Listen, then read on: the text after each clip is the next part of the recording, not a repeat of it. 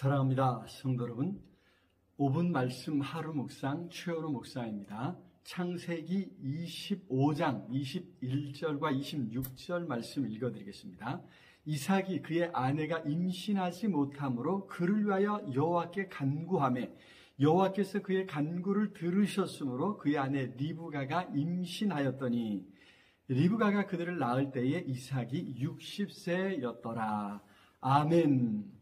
자, 아브라함이 죽고 이제 이삭의 시대가 시작되었습니다. 하나님께서 약속하신 대로 아브라함의 후손은 크게 번성하였습니다. 그런데 이상하게도 언약의 후계자만은 쉽지 않았습니다. 아브라함도 이삭을 얻는데 오래 기다려야 했는데 이삭도 결혼한 지 20년이 지나도록 아이를 얻지 못하고 있습니다. 까닭 잘못하면 하나님의 약속이 끊어지게 생겼습니다. 그래서 이삭은 하나님 앞에 간절히 기도했습니다. 그랬을 때 결국 임신했고 때가 되어 아들을, 그것도 쌍둥이를 낳았습니다. 우리가 잘 아는 에서와 야곱이 태어난 것입니다. 자, 그런데 하나님께서 복을 주겠다고 선택하신 가정인데 왜 이렇게 어렵게 아들을 얻어야 했을까요? 아니, 더 나아가서 우리 믿음의 가정들은 왜 꼭 기도해야 무언가 일이 이루어지는 것일까요? 세상에서 하나님을 모르는 사람들은 그냥 잘 사는 것 같지 않습니까? 때가 되면 취업도 결혼도 척척, 자녀도 잘 낳는 것 같습니다. 사실 세상에서는 열심히 노력하면 뭔가 됩니다. 온갖 술수를 통하면 더 잘 되지 않습니까? 그런데 솔직히 왜 우리 믿음의 가정들은 그렇게 하나님 앞에 기도하고 또 기도해야 하는 것입니까? 기도하지 않아도 그냥 자연스럽게 되는 일은 없는 것 같지 않습니까? 하나님의 백성은 살아계신 하나님과 그 하나님의 능력을 세상에 보여주어야 하기 때문입니다.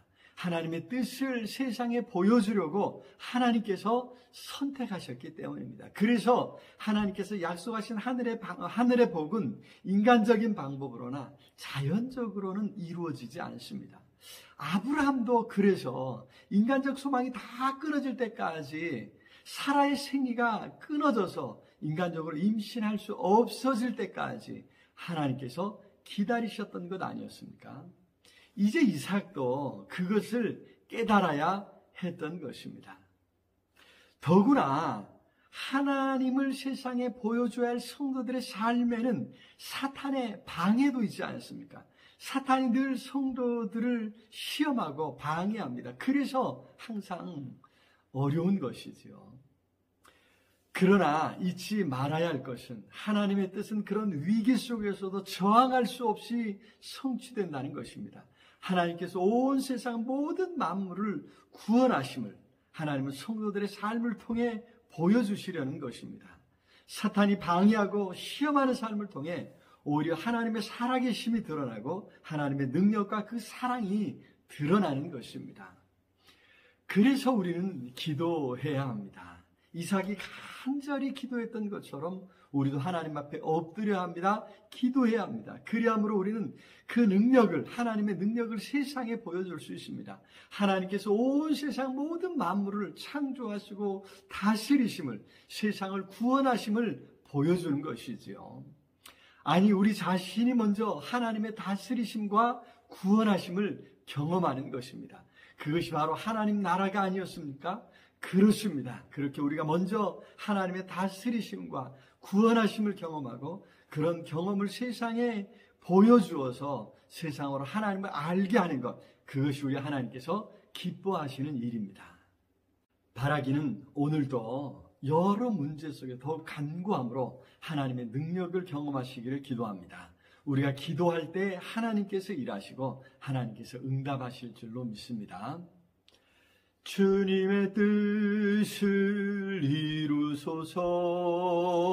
온전히 나를 주장하사 주님과 함께 동행함을 만민이 알게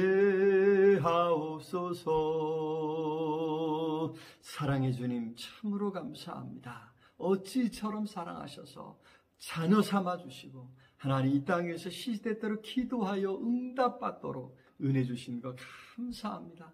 오늘도 참으로 애타게 간구하는 우리의 기도를 하나님 들으시고 속히 응답해 주시옵소서. 하나님의 능력을 경험케 해주옵소서. 하나님 살아계심을, 하나님의 능력을 온 천하에 증거할 수 있도록 주여 역사하여 주시옵소서. 예수 그리스도 이름으로 기도드리옵나이다.